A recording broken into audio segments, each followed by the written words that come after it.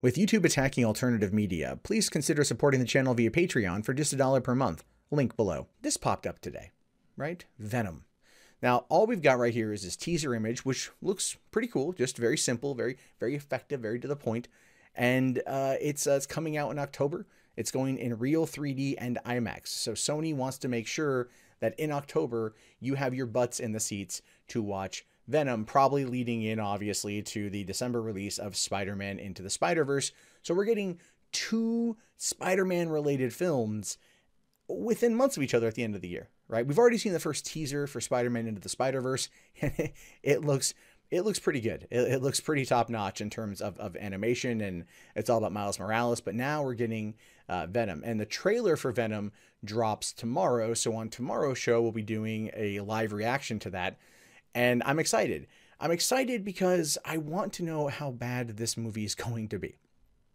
I do. I want to know how bad this movie is going to be. Now, there are people out there that have ascertained the belief that, no, Venom is going to be great. Venom is going to be awesome. Ruben Fleischer is directing it. Yes, but Ruben Fleischer has also only made one good movie, and that was Zombieland from 2009. And the thing was, part of a lot of what made Zombieland work was not only the actors, Woody Harrelson, Jesse Eisenberg, Emma Stone, Abigail Breslin, Bill Murray's cameo appearance, but also the screenplay by Rhett Reese and Paul Wernick, who are the guys who went on to go write Deadpool. Those guys were able to craft a movie, a script that was very darkly comedic, and Ruben Fleischer was able to then capitalize on that comedy. But look at his follow-up movie, right? His follow-up film from 2011, just 2 years later, was 30 minutes or less. Yeah, 30 minutes or less, a movie that is about a pizza delivery boy who gets a bomb strapped around his neck and has to go rob a bank before the bomb blows up. It also is based on a real story. They took a real thing that happened in 2002, or yeah, I think 2001, 2002, in like Erie, Pennsylvania, and they turned it into a dark comedy starring Jesse Eisenberg and Aziz Ansari, and Danny McBride and Bianca Colic and Fred Ward and a bunch of other people. But the idea there is that it's this true story that is really horrific when you think about it.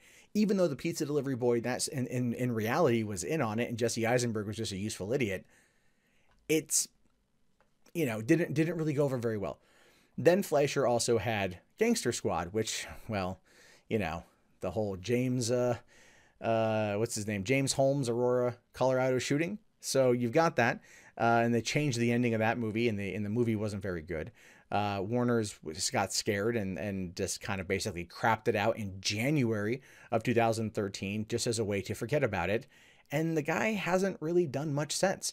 But the big kicker here, and the one that everyone's looking forward to, is Tom Hardy as Eddie Brock as Venom. Now, that is ultimately what I believe is going to be the primary seller, not the director, who I can go off on about for a while. But Tom Hardy. Now, Hardy, I'm curious to see what's going to happen with this, mostly because, well, Bane. You'll never be able to walk away from Bane, ever, especially when it comes to dealing with superhero materials. Now, this is probably his way of trying to distance himself from that performance. And even though it's been almost 5.5 years since that movie came out, that voice and that portrayal is permanently etched in superhero movie history, and it's brought up all the time. I think now more of a meme, but still, Hardy is a fantastic actor. But this movie feels to me, and I'm saying this with just pure speculation, it feels to me like Sony is just hurting for ideas. Sony's like, oh crap, what do we do? How do we get past this? How do we make this thing great? And how do we make a lot of money doing it? And it's the wrong way to tackle a movie like this, right? This is running not even in the MCU, right? I think it's going to run parallel to the MCU. I think there's going to be vague references to the events of Spider-Man Homecoming. I think it's going to have, we've heard the rumor that you know, Tom Holland will appear not as Spider-Man, but as Peter Parker because of the Venom Parker rivalry that's in the comics. I think we might get a tease for Carnage, and that might be something Sony wants to do. Now, tomorrow we'll have a better idea as to what to expect in terms of how they put this forward. But I feel like they have rushed this. They started filming the movie back in October. And now we're getting a teaser trailer, or I think we're getting a full trailer actually. I don't know. But I'm not holding out hope, to be honest with you. I'm just not holding out hope at all.